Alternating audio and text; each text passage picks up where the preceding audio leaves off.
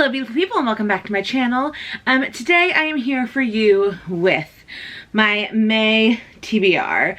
So, if you head over to my TikTok, you'll see how my April TBR went. I did 2.5 of the books. I read Act Your Age, Eve Brown, which was on there, An Offer from a Gentleman, which was on there, and then I didn't finish King of Scars until May 2nd, technically, but I did start it in April. So, didn't do great. It's all good. I make these lists as a, like, hope, but I never fully, like, expect to finish them because sometimes life happens and you don't have time to read 10 books that you had on a list, let alone the other things that come up. Like, because I'm also kind of a mood reader, so like if I'm not in the mood for one of these 10 books, I'll totally just grab something else off my shelf because I have at least 50 books at any given time that I haven't read, right? So like, or a reread. Sometimes I just really want to reread something. So I'm not mad at myself. I'm excited for this month. I switched it up. Not all of these, most of these books were not on last month's list. So let's jump into it. So the first book on the TBR for May is The Thousandth Floor by Katharine McGee. This was her series she actually wrote before American Royals, and I am very excited to read this. It's been on my TBRs for a long time. I think I bought this almost a year ago, and I have not gotten around to reading it yet, but this is something that I really would like to read. You can't really tell in this lighting, but it's like really shiny. So that's The Thousandth Floor by Katharine McGee. This is the first in a series, so I will read the back. New York City as you've never seen it before. A 1,000-story tower stretching into the sky, a glittering vision of the future where anything is possible if you want it enough. Welcome to Manhattan 2118. 100 years in the future, New York City is a city of innovation and dreams. Everyone there wants something, and everyone has something to lose. Lita Cole's flawless exterior belies a secret addiction to a drug she never should have tried and a boy she never should have touched. Eris Dodd Radson's beautiful carefree life falls to pieces when a heartbreaking betrayal tears her family apart. Rylan Meyer's job is on one of the highest floors, sweeps her into a world and a romance she never imagined. But will this new life cost Rylan her old one? Watt Bakrati is a tech genius with a secret. He knows everything about everyone, but when he's hired to spy for an upper floor girl, he finds himself caught in a complicated web of lies. And living above everyone else on the 1,000th floor is Avery Fuller, the girl genetically designed to be perfect, the girl who seems to have it all, yet is tormented by the one thing she can never have. Amid breathtaking advancement and high-tech luxury, 5 teenagers struggle to find their place atop the world. But when you're this high up, there's nowhere to go but down. So, that is The 1,000th Floor by Katharine McGee. Next up, one of the only books I read last month for my TBR was the Bridgerton book on that, and I'm sure I will get to this one too. This is the fourth in the Bridgerton series, and that is Romancing Mr Bridgerton, which is Colin's book. And I love Colin, but I will say, if you watch my last Read with Kayla or my April favorites, Benedict may be my new favorite, and that is terrifying to me because I thought Benedict was so boring in the TV show and in his other siblings' books, and then I read his book and I was like, I am in love with this fictional man. So we'll see. But these technically can all be standalone, so I will read the back. But if you don't want to hear about this book, jump ahead till you see a new cover. Everyone knows that Colin Bridgerton is the most charming man in London. Penelope Featherington has secretly adored her best friend's brother for, well, it feels like forever. After half a lifetime watching Colin Bridgerton from afar, she thinks she knows everything about him until she stumbles upon his deepest secret and fears. She doesn't know him at all. Colin Bridgerton is tired of being thought of as nothing but an empty-headed charmer, tired of the notorious gossip columnist Lady Whistledown, who can't seem to publish an edition without mentioning him. But when Colin returns to London from a trip abroad, he discovers nothing in his life is quite the same, especially Penelope Featherington. The girl who was always simply there is suddenly the girl haunting his dreams. When he discovers that Penelope has secrets of her own, this elusive bachelor must decide, is she his biggest threat or his promise of a happy ending? So, I'm very excited for this one. I've heard that there are elements of this book I'm going to love and elements I'm going to hate. The hate being primarily elements surrounding Penelope's weight. So that, I guess, is a content warning for this, but I haven't read it yet, so I can't just say how much that actually will affect me. We'll see. But I'm still gonna read it because I love those two. Okay, books that are gonna make me cry. They Both Die at the End by Adam Silvera. All I've heard lately is that I will be sad forever. So, I mean, the title pretty much explains that, I think. So, yes, that is They Both Die at the End by Adam Silvera. Let's see. We here at Last Friend Inc. are collectively sorry for this loss of you. Our deepest sympathies extend to those who love you and those who will never meet you. We hope you find a new friend of value to spend your final hours with today. On September 5th, a little after midnight, Deathcast calls Mateo Torres and Rufus Emeterio to deliver some bad news. They are going to die in less than 24 hours. Mateo and Rufus are total strangers, but for different reasons, they're both looking to make a new friend on their end day. The good news here is there's an app for that. It's called Last Friend. And through it, Rufus and Mateo meet up for one final epic adventure to live a lifetime in a single day. So I'm very excited to finally read this. This is one that has been out for quite a few years, but I have not gotten a chance to read. It's having a resurgence of sales.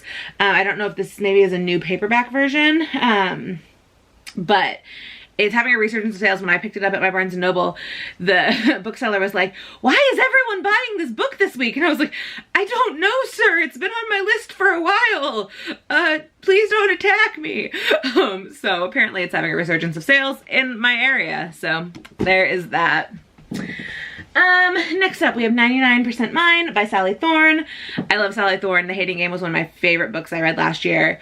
I'm so excited for the movie, and this is another one by her. So, crush, noun, a strong and often short-lived infatuation, particularly for someone beyond your reach. Darcy Barrett has undertaken a global survey of men. She's traveled the world and can categorically say that no one measures up to Tom Valeska, whose only flaw is that Jamie, Darcy's twin brother, saw him first and claimed him forever as his best friend. Despite Darcy's best efforts, Tom's off limits and loyal to her brother 99%. That's the problem with finding her dream man at age 8 and peaking in her photography career at age 20. Ever since, she's had to learn to settle for good enough. When Darcy and Jamie inherit a dilapidated cottage from their grandmother, they're left with strict instructions to bring it back to its former glory and then sell the property.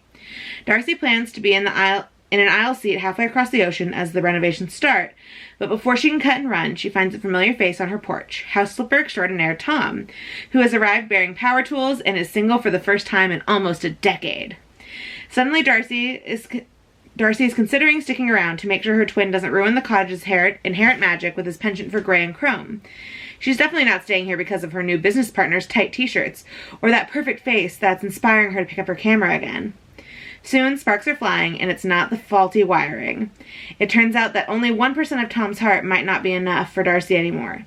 This time around, she's switching things up. She's going to make Tom Valeska 99% hers. I love that. I love that. I'm excited. Yeah, so that is 99% Mine by Sally Thorne.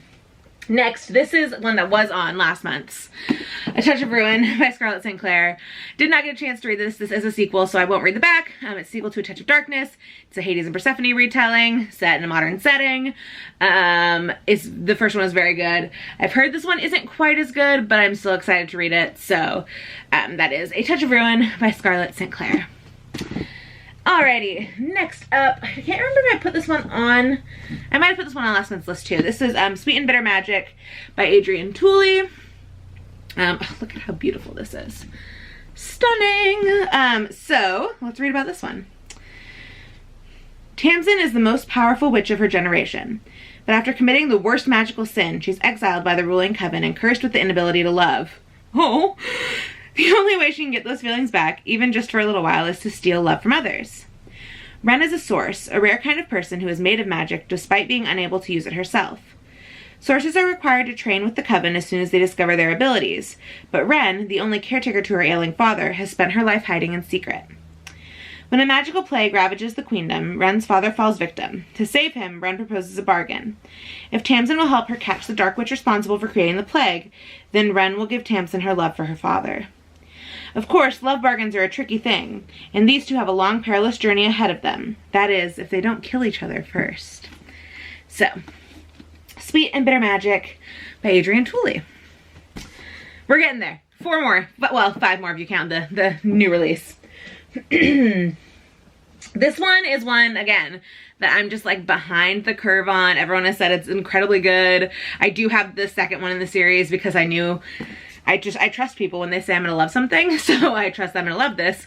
And that is An Ember in the Ashes by Saba Tahir. So I've heard this is like a wonderful high fantasy, lots of fun, badass women, which is like my thing. I love that. So let's read about this one. Leia is a slave, Elias is a soldier, neither is free. Under the Martial Empire, defiance is met with death. Leia and her family do not challenge the Empire. They've seen what happens to those who do. But when Leia's brother is arrested for treason, she is forced to make a decision. In exchange for help from the rebels who promise to rescue her brother, she will risk her life to spy for them from within the Empire's greatest military academy.